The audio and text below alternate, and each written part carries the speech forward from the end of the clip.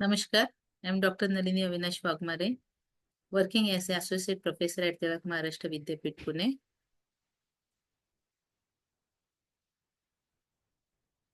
Today, our topic is related to the Mughal religious policy. The religious policy of the Mughal emperors, from Babur to Aurangzeb, has provided an ideal for the ruling class of India. The ruling class of India should pursue a policy of religious toleration and equality. Babur and Humayun had no time to pursue a clear-cut religious policy. Whereas Akbar followed the policy of religious toleration and also attempted for the cultural unity of India. His policy won him the favor of the majority of his subjects. He therefore succeeded in strengthening the Mughal Empire. Jahangir and Shah Jahan pursued the same religious policy in principle, though sometimes differing in details. Aurangzeb reversed the policy of Akbar and tried to establish the supremacy of Islam in India. He failed in his attempt. The Mughal religious policy, the failure of his religious policy contributed towards his failure and disintegration Mughal Empire after the Aurangzeb's death.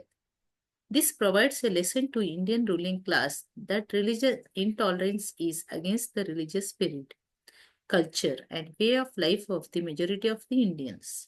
Therefore, the policy of religious intolerance can never bring about successful result in India.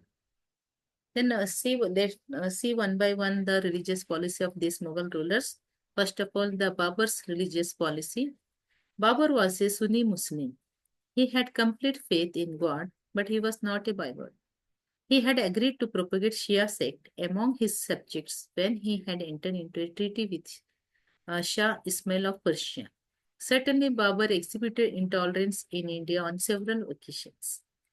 He declared wars against Rana Sangh and Medina Ra as jihad's holy wars, assumed the title of Ghazi, abolished stamp tax on the Muslims, and built a mosque in Ayodhya. Yet his aim was not religious but political. He took these measures only during the course of wars in order to inspire his followers. Then historians give a different opinion about the Babur. The most of the historian accepted that majority of historians accepted that Babur was not a Bible, so he was a true of his faith. Then Humayun was also a Sunni Muslim and followed the principle of his faith in his personal life. But his policy was also tolerant. He was very much tolerant towards the Shias. His wife Hamida Banu Begum and his chief noble Bairam Khan were Shias. He was inclined towards Sufism also.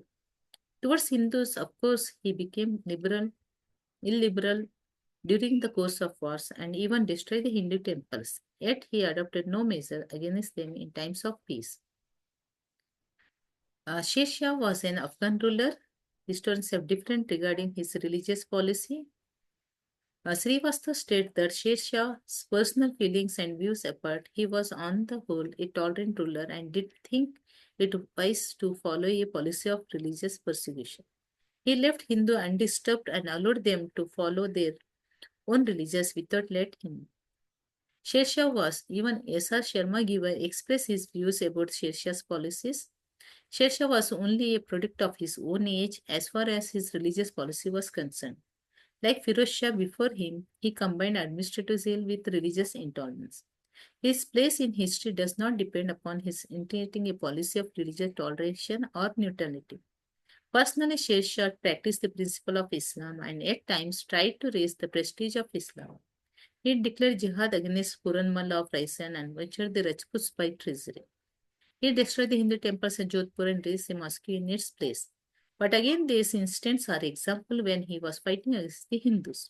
In times of peace, he adopted no such measure. Therefore, mostly it is accepted that he did not engage himself in religious persecution. So, political point of view, he referred that wars against the Hindus. Then the religious policy of Akbar. Babur, Humayun, Sher Shah, of course, utilized religion to serve their political ends, but were not fanatic. However, Akbar was the first Mughal emperor who initiated new religious policy based on complete toleration. The family circumstances of Akbar, his liberal education and surroundings, the spirit of the age, his inexcite nature, political aims, etc., helped in forming the liberal religious policy of Akbar.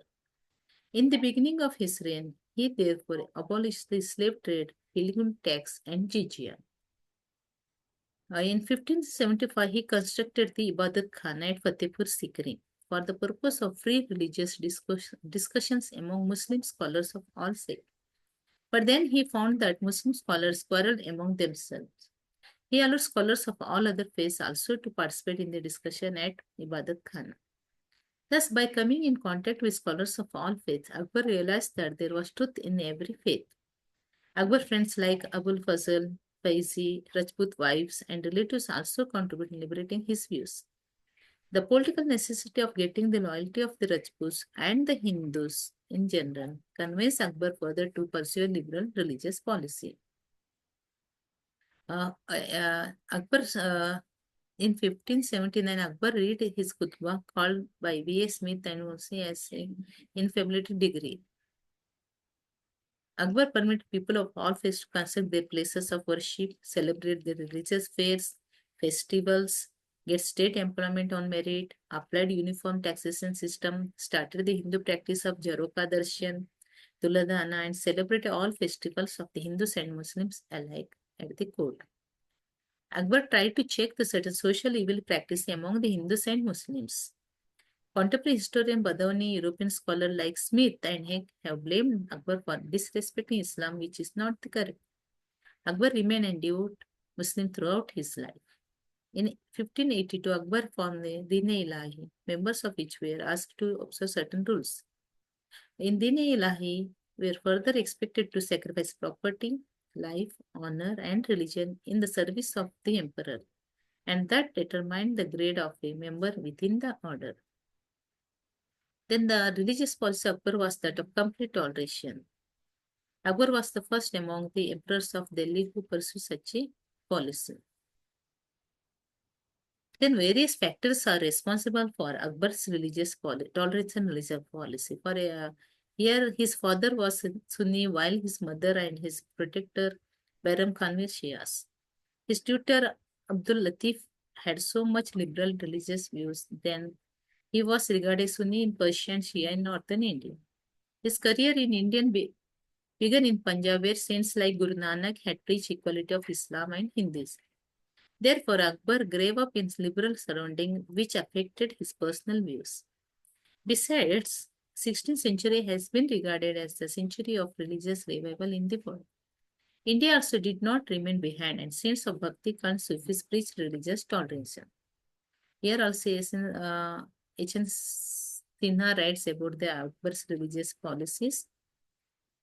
Akbar, influenced by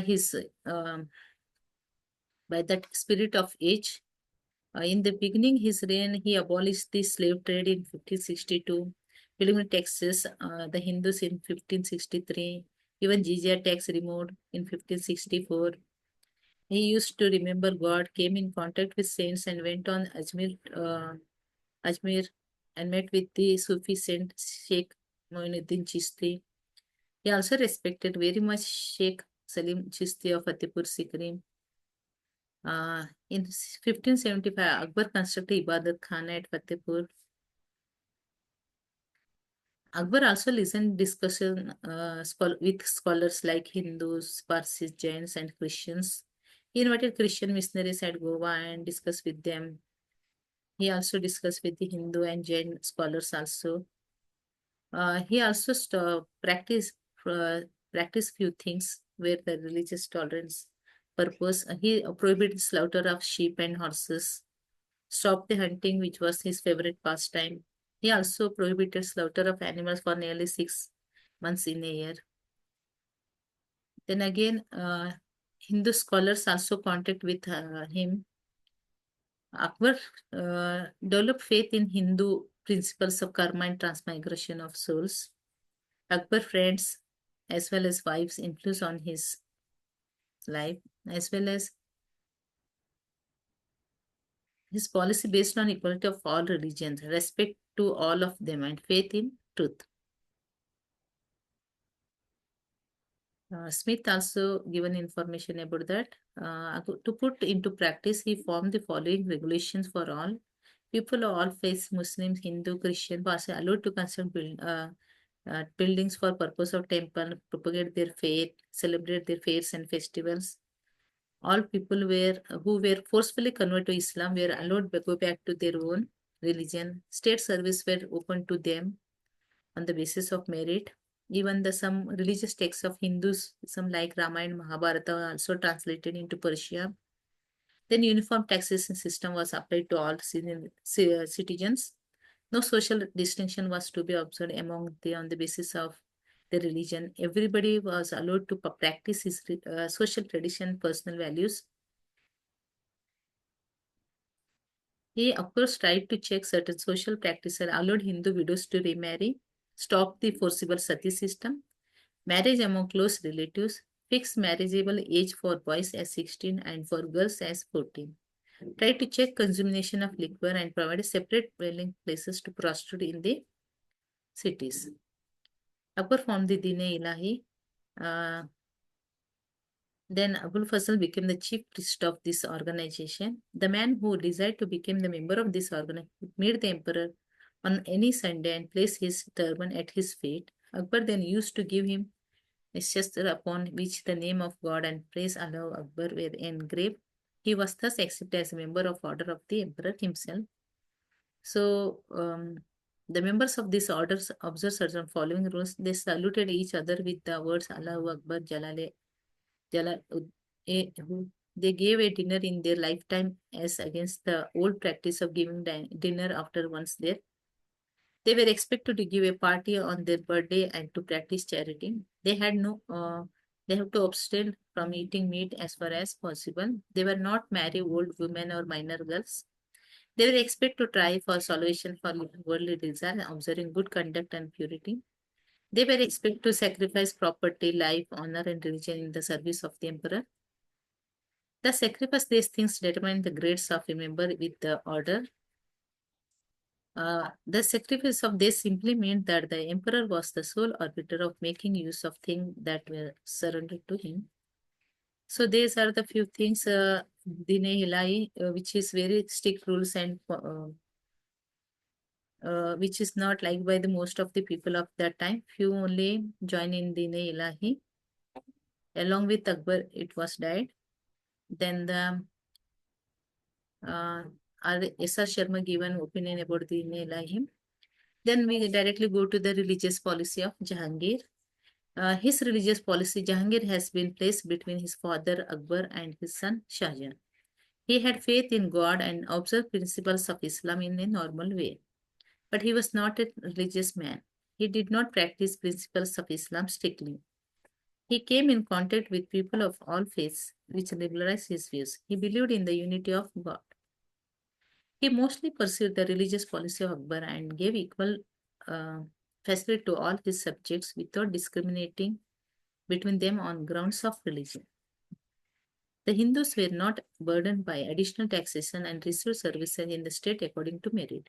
However, there are certain instances which prove that at times Jahangir favored Islam.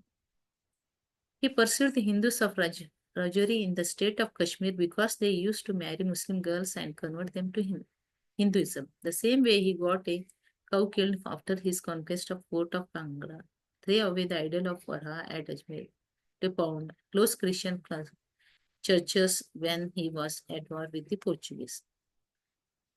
On reason of punishing the Sikh Guru, Arjun was certainly the religious views of Gurus which he disliked. He also ordered for the expulsion of all Jains from Gujarat when he felt dissatisfied with them. But these instances are examples of his occasional phrases. Jahangir did not pursue a policy of religious persecution against any sect. Jahangir maintained the spirit of religious tolerance towards all his subjects, and no change was brought by him in the policy of Akbar. Then Shah Jahan, as compared to his father Jahangir, Shah Jahan certainly favored Islam. He was a Sunni Muslim, dressed in Muslim fashion, did not permit the Hindus to wear Muslim dress, kept beard, used alcohol in restrained manner, and was regular in his prayers and keeping fast in the month of Ramzan. Then during early years of his reign, he executed fanaticism also. He stopped the practice of Sijda, saluting the emperor by laying down on earth, disallowed the Hindus to keep Muslim slaves, imposed preliminary tax on the Hindus. They removed it afterwards very shortly and stopped celebration of Hindu festival at the court. Temples in Banaras, Allahabad, Gujarat, Kashmir were broken during his reign. Prince Aurangzeb destroyed the temples in Uraj. The Hindus and Christians were disallowed to get converts from the other faiths. Hindus as Rajori Bhima who had married Muslim girls were forced to leave them, and all such girls were returned to their parents. Shah Jahan encouraged conversion to Islam throughout his reign. Then the war captives were converted to Islam. Culprits who accepted Islam were left free. Hindu women were forced to accept Islam before their marriage to Muslim, and those who disrespected either Quran or Prophet Muhammad were punished by death. He sent presents to mullahs at Mecca also. Then, however, Shah Jahan did not pursue the policy of religious persecution. His zeal to support Islam slowly slackened. Most of his regulations were not enforced during the later period of his reign. Probably this was the result of liberal views of his son Dara Shikoh and his daughter Jahanara. The necessity of getting the loyalty of Hindu nobles too might have been another. Shah Jahan continued the Hindu practice of Jaroka Darshan Tuladana, but no burden of additional taxes on members of other faiths. Destruction of Hindu temples was stopped during the later period of his rule, and conversion Muslims to Hinduism and Sikhism overlooked. Shah Jahan respected Hindu scholars like Kavindra Acharya Saraswati, Sundar Das, Chintamani, etc. received patronage at his court. Some Sanskrit texts were translated into Persian under the patronage of Prince Darashikoh. Shah Jahan permitted repairs of temple of Chintamani at Ahmedabad and prohibited cow slaughter in campaign at the request of his citizens. The Hindus were given state service on merit in his later life. Therefore, his period of rule cannot be regarded as a period of religious intolerance. Though this is quite clear that certainly his policy had inclined towards as compared to the policy of his father and grandfather. Then we briefly check the religious policy of Aurangzeb. Aurangzeb completely reversed the religious policy of Akbar. He adopted a policy of persecuting people of other faiths. He was a fanatic Sunni Jinda Pir for his Sunni subjects and observed the principle of Islam strictly. He was very much particular about his daily prayers and fast of Ramzan. Akbar initiated liberal religious policy. Jahangir, except occasional outbursts of religious zeal towards Islam, maintained the spirit of religious intolerance. Shah Jahan, though a little intolerant towards Hindus, avoided policy of religious persecution. Uh, Aurangzeb, being a fanatic Sunni, however, completely reversed the religious policy of Akbar, persecuted Hindus, also Shias, tried to convert this Dar-ul-Harb into a Darul Islam. Aurangzeb stopped engraving kalma on the coins, practice of Jaroka Darshana and Tuladana, celebrating the festival like Holi, Diwali, Basant, etc. at the court, and appointed a new class of officer called Muttasirs. Aurangzeb persecuted Hindus, provisional governors, and Muttasib were ordered to destroy all temples and schools of the Hindus. Jizya was imposed on them in 1679. Pilgrimage tax was collected from them. While the Muslims were exempted from trade tax, Hindus were asked to pay it. No Hindu was given a high post in the army, and all possible political, social, economic, religious disabilities were imposed on the political Hindus with a view to forcing them to accept Islam. Besides money, high offices, freedom from punishment, etc., were offered to the Hindus with a view to tempting them to accept conversion to Islam. Even he was at the time of the revolt of Satnamis could be suppressed after bitter fighting. The Jat finally succeeded in establishing independent kingdom at Bharatpur. Because of Aurangzeb policies, many are against him. He dressed very simply, never touched alcohol, did not keep more than 4 wives at a time. From religious point of view, no Mughal emperor stands in comparison with him. But Aurangzeb was a byword. Having strong faith in Islam, he refused to think that there could be truth in other religions as well. He believed that even Muslim Shias did not pursue true Islam. Therefore, the theory of kingship was Aurangzeb was Islamic theory of kingship. To fulfill this object, he impressed his father, killed his brother, forced his son Akbar to lead the life of a fugitive Rajput.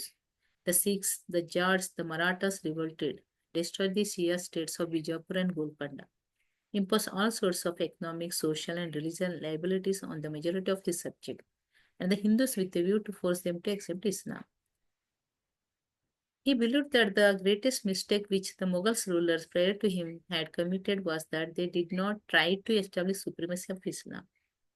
Therefore, he himself devoted his entire life to fulfill this object. But this aim limited the vision of Aurangzeb and narrowed the concept of his duties towards his subjects. He no more remained an emperor of the majority of his subjects. It has also been pointed out, apart from his individual religious views, Aurangzeb forced by the circumstances to pursue the policy of religion orthodoxy. On the one hand, because of the religious policy pursued by Akbar, the Hindus and Rajputs in particular had got the opportunity to increase their influence in society and politics. On the other hand, the reactionary forces of Islam had become influential in the state during the reign of Jahangir and Shahjahan. These conflicting forces took sides of princes opposed to each other in the era of succession. So, in the time of Aurangzeb, began his reign with religious piety. He stopped engraving kalma on the coins and other celebrated festivals. He appointed a new class of called Mustafis who propagate the religion. The Hindus were allowed to repair their temples. Provisional governors Mustafis were ordered to destroy all temple schools. He established a separate department for this purpose. He also destruction of temple schools was not possible at all important temples of northern India, including the temples of Vishwanath of Banaras, Keshadev at Mathura, Somnath at Patna were destroyed at that time. The same was done in the territories of hereditary Hindu kings also. He put a taxes, jizya tax on the Hindus. He also put other taxes on the Hindus, and they have to pay more their ranas. The laborers had to pay tax only when they earn more than what they spend on their family. Women, slaves, children less than 14 years of age, beggars, etc. were free from this tax. The Hindus also pay the preliminary tax. Most of the posts are reserved for the Muslims, not the Hindus. So, besides various temptations offered to the Hindus to embrace Islam, then the religious policy brought a serious consequence. It destroyed the unity, power, peace, and prosperity of the empire, and therefore affected his fortune. It resulted not only in failure of Aurangzeb, but also participated in the downfall of the empire itself. Directly, it was responsible for the revolts of Jats, Satnami Sikhs, others in Bundelkhanda. So, the indirectly induced the conflict between the Mughals, Rajputs, and Marathas. The first revolt was organized by Gokul Jat near Mathura. Then Satnamis revolted in the northern place. Then he converted Sikhs into military sect and fought against Aurangzeb throughout his life. The result was the Sikhs became a powerful force in the policy of Punjab during the very lifetime of the Guru. Then Aurangzeb died, war of succession ensued. Among his sons, Bahadur Shah, one of among them, sought the help of the Guru. So because of Aurangzeb policy, the Jat, the Sikh, the Marathas, others are against him. So downfall of the Mughal dynasty started. Then the Aurangzeb failed not only his objective, he also ruined his empire. His poverty narrowed his concept of duties of an emperor. He could not justify himself as a good ruler of the administration. He failed to do any good to the majority of his subjects. He participated in weakening the Mughal empire, and he is responsible for the downfall of the Mughal empire. Then he was a better emperor. When he answered this question, Aurangzeb, the logic conclusion that be that Akbar was certainly successful ruler. Aurangzeb's greatest weakness was that he regarded his own religion as the only true one and tried to convert all others to his faith. So, because of his religion's policy, his religious bigotry remained his primary weakness, and one cause of his failure and weakness, and one cause of his failure and weakness is whole empire failure one. Then Pole also rightly commented how he is responsible for the downfall of the Mughal Empire. So these are the reference books you can refer for more detail about the religious policy of the Mughals. Here only highlighted a few points regarding this. For thorough study, you can refer this book. Even Radhika Session's book, V.D. Mahajan book, Seema Alvi's book. So thank you.